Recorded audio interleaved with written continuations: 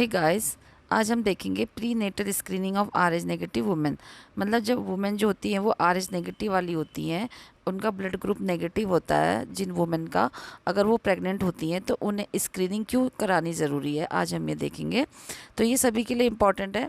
और स्टूडेंट, मैं आपसे रिक्वेस्ट करूँगी कि जब भी ये आर एच फैक्टर वाला क्वेश्चन आए तो उनमें जो भी हम पहले पढ़ चुके हैं या आप देख रहे होंगे, ये फैक्टर इन्फ्लुएंसिंग आर एच आइसोइम्यूनाइजेशन, इसके कॉजेज़ है ना, ये सब हम पढ़ चुके हैं, जो मैं आपको स्लाइड दिखा रही हूँ, है ना। तो ये हमने सबसे पहले ये पढ़ा था कि कौन कौन से ऐसे फैक्टर इन्फ्लुएंस करते हैं, इसके कॉज क्या क्या होते हैं, है ना। तो ये हम देखेंगे किन कारणों से ये होता है, क्या ऐसी थ्योरी है, और इससे भी बच्चे को क्या इफ़ेक्ट होता है। ठीक है, तो ये हमने देख लिया था। उसके बाद हमने देखा था कि आर एच फैक्टर का कैसे ट्रीटमेंट किया जाता है, ये भी हमने देख लिया है। फैक्टर प्रिवेंशन मतलब इसका कैसे कर सकते हैं बचाव। ठीक है, और आज हम देखेंगे कि स्क्रीनिंग कैसे की जाती है वुमेन की, और वो क्यों ज़रूरी होती है। ठीक है, तो जब भी ये आता है क्वेश्चन तो आप ये सारे पॉइंट लिखेंगे। ठीक है, अप टू दी मार्क आपको करना है। तो चलिए स्टार्ट करते हैं। To find out obstetrics history of pregnant women, कि जब वुमेन प्रेग्नेंट होती है तो सबसे पहले तो उसकी क्या करनी है, आपको हिस्ट्री लेनी है कि ग्रेविडा स्टेटस, पेराइटिस स्टेटस उसके लेने हैं। ठीक है, यानी कि उसके पास कितनी बार वो प्रेग्नेंट हुई है, कितने उसके अभी बेबीज़ हैं पास में, कितने उसके अबॉर्शन हुए हैं, कोई ऐसा कुछ केस अगर है, ये सारा आपको अपनी हिस्ट्री में इंक्लूड करना पड़ेगा और जानना पड़ेगा उससे हिस्ट्री में। ठीक है, कि उसके कितने बच्चे रहे हैं, कितने बार वो प्रेग्नेंट रही है, कितने उसके अबॉर्शन हो चुके हैं, क्या ये जो है if R H negative women is primary gravida तो foetus is not likely to be affected in such a situation. हमने ये पहले स्लाइड्स में पढ़ लिया कि अगर वुमेन जो है, अगर वो आर एच नेगेटिव वाली है, यानी कि उसका ब्लड ग्रुप नेगेटिव है, आर एच फैक्टर नेगेटिव वाली है, और वो पहली बार प्रेग्नेंट हो रही है, तो उसके बच्चे को कोई भी अफेक्ट नहीं पड़ेगा, यानी कि उसको कोई प्रभाव नहीं पड़ेगा। तो आपको जिसमें भी नोट सुटेबल हो वो आप ले सकते हैं, चाहे हिंदी में चाहे इंग्लिश में। ठीक है, और आप वीडियो के थ्रू उसको समझ सकते हैं। If the women has been pregnant in the past और have given birth to children, यानी कि अगर वुमेन पहले कभी प्रेग्नेंट हुई है और उसने पास्ट में कभी बेबी को मतलब बर्थ दिया, बेबी को उसने जन्म दिया है, जैसे कि then in a situation information should be obtain about the abortion, यानी कि जब वो पहले वो कभी प्रेग्नेंट हुई तो उसकी हर तरीके की इन्फॉर्मेशन पूछनी चाहिए कि क्या उसका कभी अबॉर्शन हुआ था पहले जब वो प्रेग्नेंट हुई थी, या उसने कभी कोई ऐसे बेबी को जन्म दिया जो कि पहले से ही डेड हो, है ना, उसके यूट्रस में ही बच्चा मर गया हो, तो उसके बारे में उससे पता करना है, बेबी के newborn baby. And due severe jaundice, या बेबी जब पैदा हो गया तो क्या उसको सीवियर जॉइंटिस तो नहीं थी, इस तरीके से उससे हिस्ट्री में पूछना है। और दूसरा है R H anti D immunoglobulin. अभी आपने हिस्ट्री में सब पूछ लिया, तो अब दूसरा आपको पूछना है कि जब वुमेन पहली बार प्रेग्नेंट हुई थी, या उसका कोई मिसकैरेज हुआ था या डिलीवरी हुई थी, तो उसके बाद वुमेन को कोई ये R H anti D immunoglobulin injection लगा था या नहीं लगा था, तो ये इन्फॉर्मेशन भी उससे लेनी चाहिए। ठीक है, ठीक है। अब R H anti D immunoglobulin मैंने आपको पहले वाले स्लाइड में भी बताया था, देख लीजिए आप। अब इसका क्या रोल होता है कि जो ये फर्स्ट प्रेगनेंसी है मदर की, अब इसमें बेबी आप देख रहे होंगे कि क्या है, ये बेबी पॉजिटिव है और मदर कैसी है, नेगेटिव है। ठीक है, और बेबी क्यों पॉजिटिव है ये मैं बार बार नहीं बताऊंगी, हम पहली स्लाइड में देख चुके हैं, स्लाइड लंबी हो जाएगी ना ये वीडियो, तो पहले वीडियो में हम देख चुके हैं। तो वो अब क्या हुआ, ड्यू टू एनी रीजन, और वो रीजन में मैं बता चुकी हूँ कि किन रीजन से ब्लड जो है मदर के ब्लड में मिक्स हो सकता है। ठीक है, तो अब पहली बार हो रहा है मिक्स, तो इनके पास जो मदर के पास क्या बननी शुरू हो जाती हैं, एंटीबॉडीज़ बननी शुरू हो जाती हैं, ये देख लीजिए आप ना। तो जब बेबी का ब्लड मिक्स हुआ तो मदर के पास क्या हुआ, अभी यहाँ पे कम एंटीबॉडी बनी। ठीक है, बेबी अभी वॉर्म में है और कम एंटीबॉडी बनी, तो क्या हुआ, बेबी को कोई भी नुकसान नहीं होगा। ठीक है, और वो आराम से पैदा हो जाएगा। लेकिन जब वो सेकंड टाइम होगी तो यहाँ पे देख लीजिए, जो ये एंटीबॉडी क्या हो गई, अब ढेर सारी ये डेवलप हो गई हैं, यानी कि फर्स्ट टाइम में क्या था, ये कम थी। ठीक है, अभी तो सिर्फ मिक्स होनी स्टार्ट हुई हैं, और उसके बाद उसने बनानी स्टार्ट कर दी मदर के ब्लड में। अब यहाँ पे बहुत सारी एंटीबॉडीज़ उसके ब्लड में भी प्रेजेंट हो गई है, मदर के ब्लड में, जो कि पहले नहीं थी, जो बेबी से उसको थोड़ा सा ब्लड अगर मिक्स हुआ मदर के सर्कुलेशन में, तो इतनी सारी एंटीबॉडीज़ डेवलप हो गई हैं उसके ब्लड में भी। तो सेकंड टाइम जब वो डिलीवर होगी तो ब्लड का जो उसका एंटीबॉडीज़ हैं वो प्लेसेंटा को क्रॉस करके क्या होगा, बेबी के ब्लड सर्कुलेशन में जा सकते हैं और बेबी को क्या करेंगे, वो नुकसान पैदा करेंगे। ठीक है। और यहाँ पे क्या है, अगर ये इसमें ये आफ्टर डिलीवरी अगर मदर पता चल गया कि ये मदर जो है वो नेगेटिव है, बेबी पॉजिटिव है, तो डिलीवरी होने के बाद 72 आवर्स के पहले उसको ये इंजेक्शन दे देना चाहिए, ये जो एंटी डी इम्यूनोग्लोबिन वाला। तो ये क्या होगा फिर उससे, ये इंजेक्शन जब उसको मिल गया मदर को, तो आप देखिए वो बेबी अब नेक्स्ट टाइम जब वो मदर प्रेग्नेंट हुई फिर से, तो बेबी पॉजिटिव है और मदर नेगेटिव है, लेकिन उसके ब्लड में एंटीबॉडीज़ नहीं देखने को मिल रही, क्योंकि ये क्या कर रहा है, उसको बचा रहा है, एंटीबॉडीज़ डेवलप नहीं होने दे रहा है। तो नेक्स्ट टाइम जब जब मदर जो है वो डिलीवर्ड करेगी बेबी को, यानी कि मदर प्रेग्नेंट होगी और बेबी डिलीवर करेगी, तो वो बेबी क्या रहेगा, सेफ रहेगा। ठीक है। तो ये है एंटी डी इम्यूनोग्लोबिन, समझ में आ गया। अब तीसरा देखते हैं, वैसे मैंने इसको फर्स्ट वीडियोस में भी बहुत अच्छी से समझाया, आप देख सकते हैं। थर्ड हो गया testing the RH group of husband. अब ये भी करना ज़रूरी है, ठीक है, कि RH जो वो हस्बैंड है, वो सॉरी जो हस्बैंड है उसका भी ग्रुपिंग करानी शुरू, RH फैक्टर देखना ज़रूरी है कि वो कौन से ग्रुप का है, पॉजिटिव है या नेगेटिव है। अगर जो प्रेग्नेंट वुमेन है नेगेटिव है, वो तो ऑब्वियसली नेगेटिव की बातें हम कर रहे हैं यहाँ पे, तो जो उसका फीटस है उसका भी जो अगर वुमेन नेगेटिव है और जो उसका जो हस्बैंड है उसकी आज RH ग्रुप भी हम उसको कराएंगे, तो वो क्या हो सकता है कि उसके बेबी का भी, जैसे यहाँ पे है ना, अगर वो हस्बैंड जो है वो उसका टेस्ट कराया, हस्बैंड का testing the RH group of husband of R RH negative women can determine whether the fetus is affected और नॉट। तो ये ही पता चल पाएगा हस्बैंड के ही ब्लड ग्रुप से। अब मदर तो नेगेटिव है ही है, अब बेबी पॉजिटिव होगा या नेगेटिव होगा वो हस्बैंड के ग्रुप से पता चल जाएगा। ठीक है।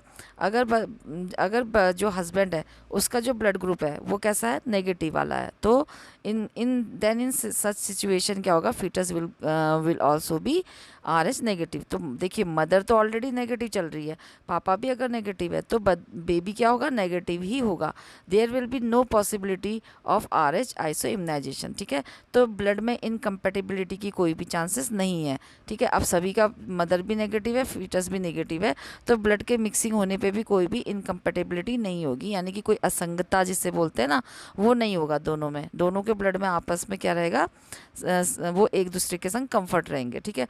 If the husband is positive, RH positive, अगर दूसरे कंडीशन में देखिए, अगर हस्बैंड RH पॉजिटिव है, तो then in such a situation, इस सिचुएशन में दोनों ही हो सकता है, फीटस में भी RH positive result in RH incompatibility.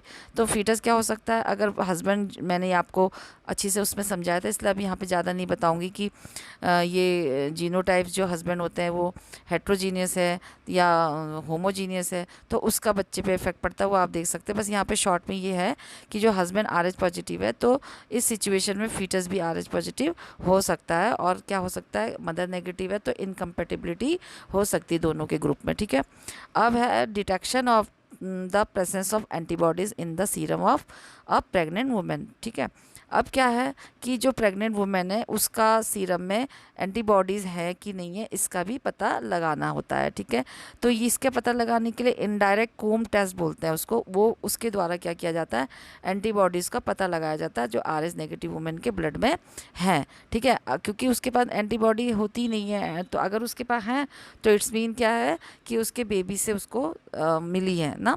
तो if the test is negative, अगर ये टेस्ट जो होता है बेबी जब पता लगाते हैं, तो वो अगर नेगेटिव आ रहा है कि मदर के ब्लड में नेगेटिव नहीं है during the 12 weeks of pregnancy, 12 हफ्ते में आपने टेस्ट किया मदर का और नेगेटिव आया, तो फिर ये जो टेस्ट होता है ये रिपीट करना चाहिए, repeated during the second and third trimester में भी इसको रिपीट करना चाहिए। हो सकता है कि अभी एंटीबॉडीज़ कम थी इसलिए इसमें नहीं आया, लेकिन जो है रिपीट करना चाहिए उसको फिर सेकेंड और थर्ड में भी, ताकि श्योर हो जाना चाहिए कि है कि नहीं है। इफ़ द वुमेन इज़ मल्टीग्रेविडा, अगर वुमेन मल्टीग्रेविडा है और टेस्ट उसका नेगेटिव है ड्यूरिंग द 12th वीक, ठीक है, और मदर का वीक जो ये जो टेस्ट है वो फिर से नेगेटिव आया 12th वीक्स ऑफ प्रेगनेंसी में, तो क्या करना चाहिए, तो this test should be done monthly.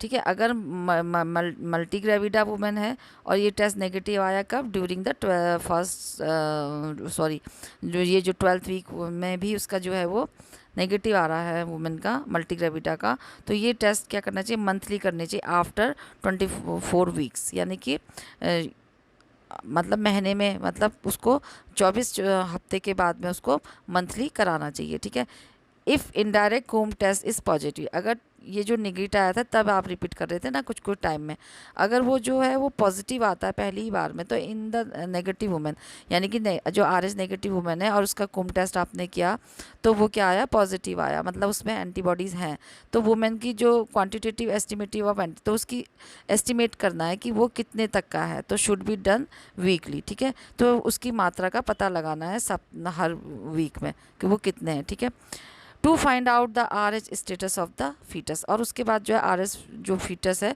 उसके भी जो स्टेटस है उसका कंडीशन कैसी है इसका भी पता लगाना चाहिए। ठीक है, and measurement of the antibodies in the serum of the pregnant women, तो अब आपने क्या किया, एंटीबॉडीज़ का पता लगा लिया, मतलब मेज़र करना है कि जो नेगेटिव वुमेन है उसके ब्लड में कितने एंटीबॉडीज़ हैं, तो अगर एंटीबॉडीज़ जो होता है उसका जो लेवल होता है वो 10 IU पर ml से जो होता है वो ज़्यादा होता है, तो ये कैसा हो सकता है, क्रिटिकल हो सकता है, यानी कि बहुत ज़्यादा खतरनाक हो सकता है। ठीक है, तो spectrophotometric testing of anti amniotic fluid, तो उस समय क्या करना चाहिए, फिर ये करना चाहिए, ये टेस्ट का नाम होता है कि स्पेक्ट्रोफोटोमेट्रिक जो टेस्ट होता है वो एमनियोटिक फ्लूइड का कर लेना चाहिए। If the antibody titre is more than 18, अगर जो अब आपने जो फ्लूइड का टेस्ट किया अगर उसमें एंटीबॉडीज़ का जो टाइटर होता है वो 18 तक आ रहा है उसका टाइटर, या फिर if the women has history of the still birth और डेथ, तो अगर वुमेन की जो हिस्ट्री में स्टिल बर्थ आ रहे हैं, यानी कि जब भी वो बेबी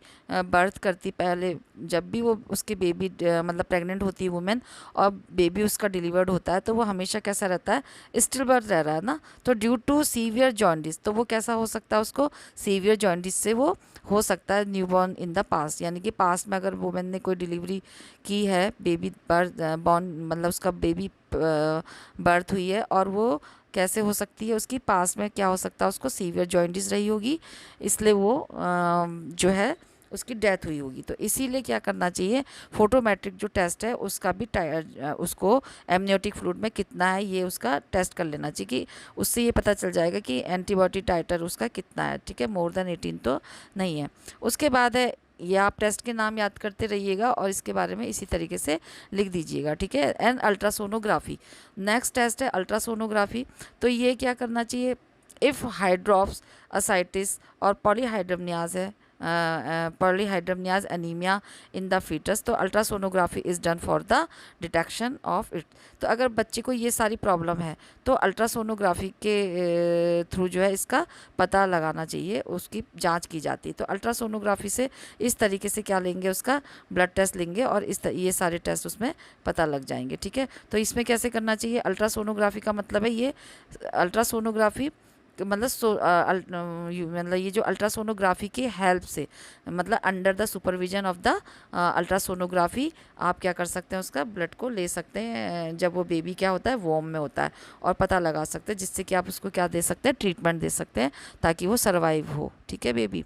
उसके बाद है कोडोसिंथेसिस, कोडोसिंथेसिस भी करना चाहिए, determine the HB level.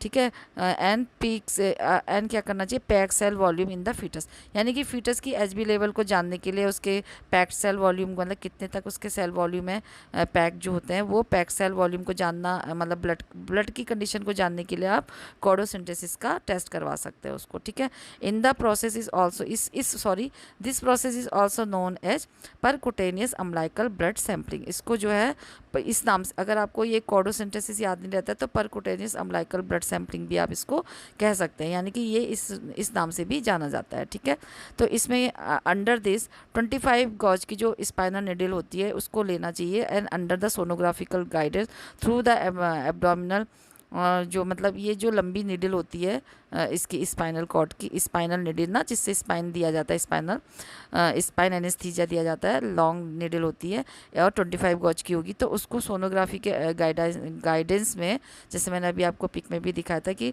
Sonography के गाइडेंस में आप उसको क्या कर सकते हैं, मतलब अल्ट्रासोनोग्राफी के गाइड में देखते हुए abdominal and uterine wall of the mother to the umbilical vein and collect the blood sample by the puncturing it. ठीक है, तो उसके अम्बिलिकल कॉर्ड से, जब बेबी वॉर्म में है तो उसके अम्बिलिकल कॉर्ड से प्रिक करके क्या लेना है, ब्लड सैंपल लेना है। ठीक है, तो अब अम्बिलिकल को कॉर्ड को आपको प्रिक करने के लिए मदर के एब्डोमेन और यूट्रस वॉल को भी प्रिक करते हुए जाना पड़ेगा ना, तो वो इधर उधर प्रिक ना हो, इसलिए आपको अल्ट्रासोनोग्राफी की हेल्प लेनी पड़ेगी ना, जैसे मैंने आपको इसमें बताया था। ये आप देख लीजिए। ठीक है, ये इस तरीके से।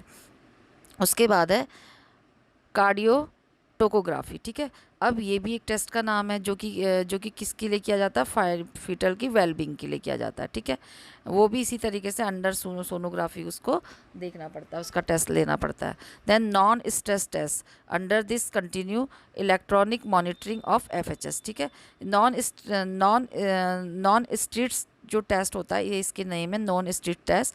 इसको जो होता है कंटिन्यू इलेक्ट्रॉनिक मॉनिटरिंग में करते हैं, जैसे कि ईसीजी वगैरह करते हैं ना, तो उसमें जो इलेक्ट्रोड्स वगैरह लगा लेते हैं तो कंटिन्यू मॉनिटरिंग होती रहती है। तो उसी तरीके से ये भी होता है, जिससे कि क्या होता है, कंटिन्यू इलेक्ट्रॉनिक मॉनिटरिंग होती रहेगी और मूवमेंट ऑफ द फीटस का जो मूवमेंट होता है वो क्या होगा, रिकॉर्ड होता रहेगा। तो इससे फीटस की जो वेलबींग है वो पता चल जाएगी। ठीक है, तो thank you guys for watching this video. Please do like, share, comment and subscribe this channel.